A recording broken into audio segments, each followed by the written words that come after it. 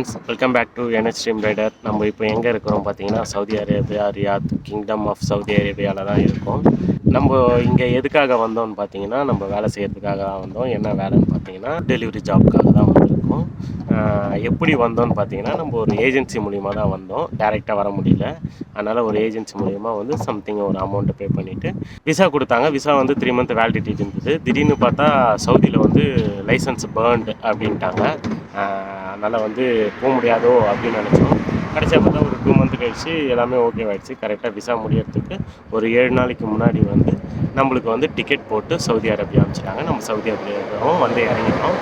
இங்கே வந்து ஃபஸ்ட்டு போல் வந்து உடனே லைசன்ஸ் எடுக்க முடியாது, கொஞ்சம் டைம் எடுக்கும் அப்படின்ட்டாங்க. 1.5 மந்த் கிட்ட ஆகிடும் அப்படின்ற போல் சொல்லிட்டாங்க.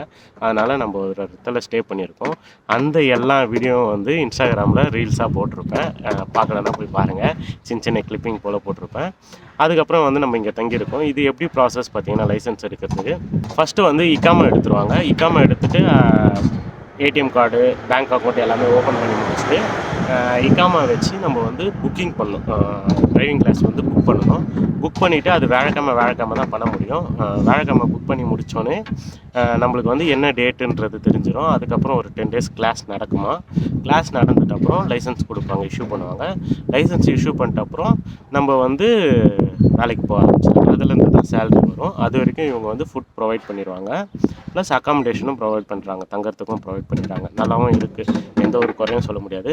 பட் நம்மளுக்கு வந்து ஃபுட்டு வந்து அடாப்ட் ஆகிறதுக்கு கொஞ்சம் டைம் எடுத்து கை வலிக்குது ஃப்ரெண்ட்ஸ். ஏன்னா வந்து எந்த ஒரு இதுவும் எடுத்துன்னு வரல, ஜஸ்ட்டு அப்படியே நம்ம வந்தோம், பார்ப்போம் என்ன நடக்குதுன்னு சொல்லி. கோப்ரோ எடுத்துன்னு வந்திருக்கேன், ஹெல்மெட்டில் வ்ளாக் பண்ணலாம் அப்படின்னு சொல்லிட்டு. ஜஸ்ட்டு உங்களுக்கு இன்ஃபர்மேஷன் ஷேர் பண்ணுறதுக்காக தான் இந்த வீடியோ. எப்படி வந்தோம், எங்கே தங்கின்னு இருக்கோம் அப்படின்னு சொல்லிட்டு. இது ரியாத்துலேருந்து கிட்டத்தட்ட 120 கிலோமீட்டர் தள்ளி வந்து நம்ம தங்கி இருக்கோம்.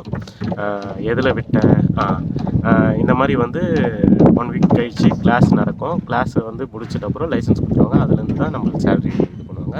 அது வரைக்கும் நம்ம வந்து ஃபுட் அண்ட் அக்காமடேஷன் வந்து ஃப்ரீயாக கொடுத்துருவாங்க.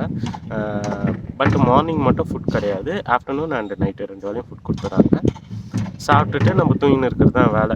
எதனாலனா இக்காமா வரணும், சிம் கார்டு எடுத்துக்கணும், அதுக்கப்புறம் அக்கௌண்ட் ஓப்பன் பண்ணணும், அதுக்கப்புறம் புக்கிங் பண்ணணும், அதுக்கப்புறம் தான் கிளாஸ் போயிட்டு லைசன்ஸ் எடுக்கிறதுக்கும் சாப்பிட்டு தூங்குறது மட்டும்தான் நம்ம வேலையாக இருக்குது. நான் சுற்றி காமிக்கிறேன் பாருங்கள் நம்ம தங்கியிருக்கிற இடத்த.